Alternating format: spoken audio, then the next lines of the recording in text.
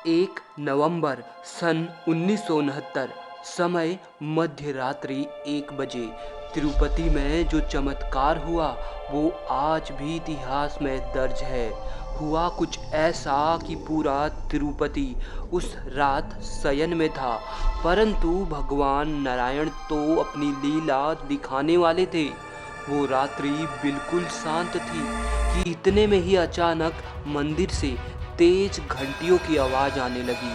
तिरुपति मंदिर में भगवान श्री वेंकटेश्वर के आगे जो बड़ा घंटा टका हुआ था वो अपने आप ही तेजी से हिलने लगा, मानो सबको भगवान के चमत्कार का संकेत दे रहा हो।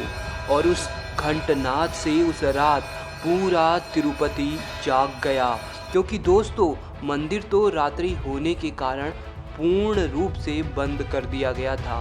फिर ये घंटियां बजा कौन रहा था, क्योंकि किसी भी व्यक्ति का रात के 12 बजे के बाद मंदिर के अंदर रहना संभव ही नहीं है।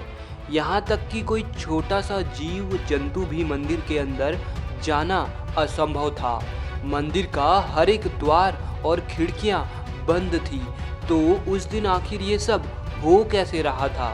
दोस्तों मंदिर के जो मुख्य संरक्षक अधिकारी थे, जिनका नाम PVR के प्रसाद है, उस रात उनके आंखों में आंसू थे, क्योंकि केवल वे ही जान पा रहे थे ये सिर्फ घंटनाद नहीं है, ये भगवान का साक्षात संकेत है कि महाजाप वरुण अनुष्ठान सफल होने वाला है। तो क्या था ये वरुण अनुष्ठान? भगवान के जो भी सच्चे भक्त हैं सच्ची श्रद्धा से इसे सुने, क्योंकि इस चमत्कार को सुनने वाला अपने हर दुख से पार पा जाता है। और कमेंट में जय वेंकटेश्वर महाराज जरूर लिखना। तो दोस्तों भगवान की ये दिव्य चमत्कारी घटना सन 1969 के नवंबर की है। एक बार तिरुपति में बहुत भयंकर सूखा पड़ गया। मानसून का तो जैसे नामो निशान ही नहीं। जहाँ से पूरे तिरुपति को पानी का सप्लाई होता था वो गोवर्धन जलाशय पूरी तरह से सूख चुका था। आसपास के हर कुओं में पानी की एक बूंद तक नहीं बची। इस समस्या से तिरुपति ट्रस्ट के पदाधिकारी चिंता में बने हुए थे। वे पहले तो सोच रहे थे कि सितंबर और अक्टूबर में जो मानसून आता है उससे थोड़ी बहुत बारिश तो देखने को मिल ही जाएगी, परंतु जब ऐसा कुछ भी नहीं हुआ तो उनकी चिंता अधिक बढ़ गई, क्योंकि अब तो नवंबर भी आ चुका था और पानी की एक बूंद भी देखने को नसीब नहीं हुई। अब तो तिरुपति में जो भी पानी था वो भी कुछ समय के लिए ही शेष बचा हुआ था। यहाँ तक कि मौसम विभाग ने भी ये सूचना दे दी कि वर्षा की अब कोई भी संभावना नहीं है। सरकार अपने हाथ खड़े कर चुकी थी इस मामले में। अब तो ये नौबत आ गई कि ट्रस्ट के पास मंदिर में दर्शन निषेध करने के अलावा कोई भी चारा नहीं बचा। मंदिर के पदाधिकारी दुखी थे, क्योंकि आखिर वो कैसे मंदिर में आने वाले भक्तों से कह सकेंगे कि जल आपूर्ति संकट के कारण मंदिर में प्रवेश बंद कर दिए गए हैं। वहीं जो लोग अधर्मी थे और हिंदू धर्म के खिलाफ थे उनके लिए तो जैसे खुशी का ठिकाना ही नहीं रहा। नास्तिक लोग मारे खुशी के झूम रहे थे और उन दिनों तो अखबारों में ये भी खबर आने लगी कि जो भगवान अपने तीर्थ स्थल में पानी की आपूर्ति नहीं कर सकते वो कैसे पूरे जगत को चला सकते हैं। उन दिनों हमारे हिंदू सनातन धर्म को खुलेआम नास्तिकों द्वारा चुनौतियां दी जा रही थी। वहीं उन दिनों भक्तों और श्रद्धालुओं की स्थिति ऐसी थी कि अपने भगवान पे होने वाले अपमान के कारण उनके आंसू रुक नहीं पा रहे थे।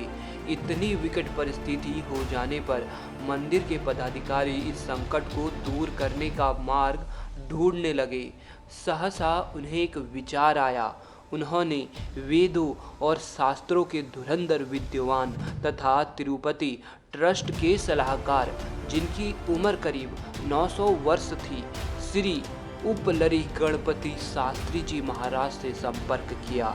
ट्रस्टियों ने उनसे पूछा कि क्या हमारे शास्त्रों में इस गंभीर समस्या का कोई उपाय है। तो महाराज जी ने कहा, हमारे वेदों और शास्त्रों के अनुसार इस लोक की या अलौकिक लोक की ऐसी कोई समस्या ही नहीं जिसका समाधान न किया जा सके।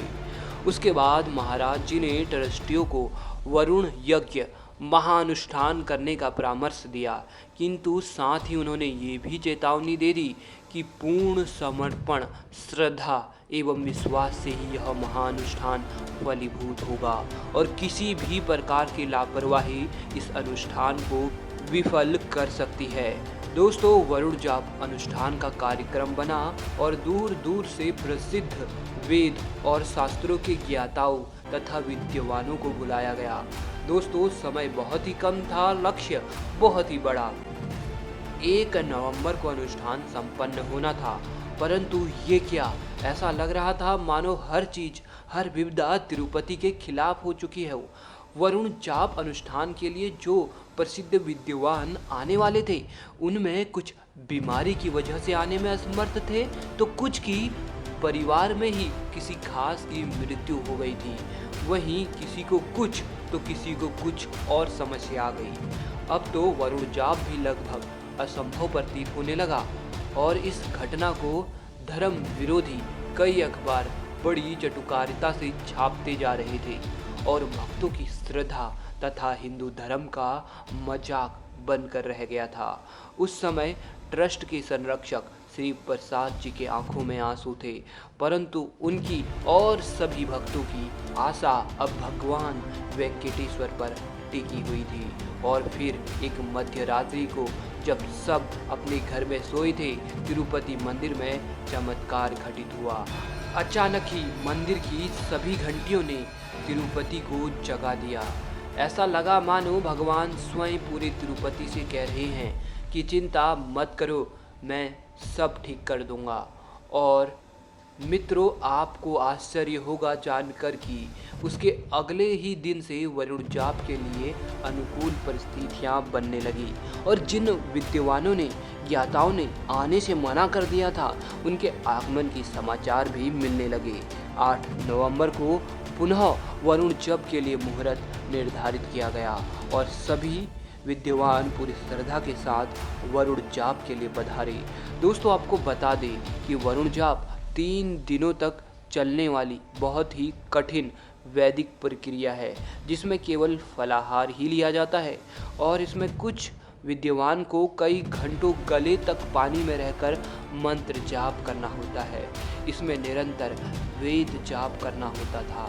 अगर एक विद्वान थक गया तो तुरंत उसकी जगह दूसरा विद्वान जाप के लिए बैठ जाता था। अगले दिन पूर्णाहुति के रूप में हस्तर कलशाभिषेकम श्री वेंकटेश्वर महाराज जी को अर्पित की जाने वाली थी। दोस्तों, ये अनुष्ठान तो पूरा हुआ, परंतु अभी भी सूर्य भगवान आसमान में अपने तेज प्रकाश के साथ चमक रहे थे। बादलों का तो कोई नामो निशान ही आसमान में नहीं था। भगवान के भक्त मन ही मन निराश थे, परंतु उनकी श्रद्धा अभी भी अपने भगवान पर टिकी हुई थी। वे अभी भी प्रार्थना कर रहे थे। तो वहीं हिंदू सनातन धर्म विरोधी वरुण जाप अनुष्ठान को आडंबर बता रहे थे और हमारी आस्था के साथ खेलते जा रहे थे। चौथे दिन के समय जब भगवान के आर्चा विग्रह को पुष्करणी सरोवर में स्नान कराकर पुनः श्रीवारी में ले जाया जा रहा था, तभी कुछ छोटी 2-3 बूंदें मंदिर के संरक्षक प्रसाद जी पर पड़ी। तो उन्होंने सोचा कि नदी की ही कुछ बूंदें उन पर आकर गिरी होगी, परंतु तभी कुछ मोटी पानी की बूंदें उन पर पड़ने लगी। तो प्रसाद जी ने आसमान की तरफ देखा। आसमान को देखते ही उनके आंखों में आंसुओं की धाराएं निकल पड़ी। जो आसमान सुबह बिल्कुल साफ था, अचानक दोपहर में उस आसमान में घने गहरे काले बादल थे और अचानक से तेज वर्षा होने लगी। तिरुपति का हर एक सूखा कोना अब जलमग्न था। वहीं भक्तों को अपनी आस्था का प्रसाद मिल चुका था। हर एक भक्त बारिश में खुशी से नाच रहा था और वहीं हिंदू धर्म विरोधियों को जैसे सांप सूख गया हो। अब तो वे भी मानो भगवान के इस चमत्कार के आगे नतमस्तक थे। मूसलाधार वर्षा के कारण अब तिरुपति के हर प्रमुख जलाशय सहित छोटे छोटे कुएं और नदियां भी पानी से लबालब भर चुकी थी। दोस्तों, तिरुपति में घटित इस बड़े चमत्कार के हजारों पत्रकार और प्रत्यक्षदर्शी प्रमाण हैं, परंतु दुख की बात यह है कि इस बड़ी घटना को कुछ लोगों ने पैसों के पावर से दबा दिया। मित्रों, तिरुपति में स्थापित भगवान वेंकटेश्वर कोई मूर्ति नहीं बल्कि साक्षात स्वयं विराजमान है। मंदिर में पहुंचते ही आपको उनकी शक्ति का एहसास होने लगता है।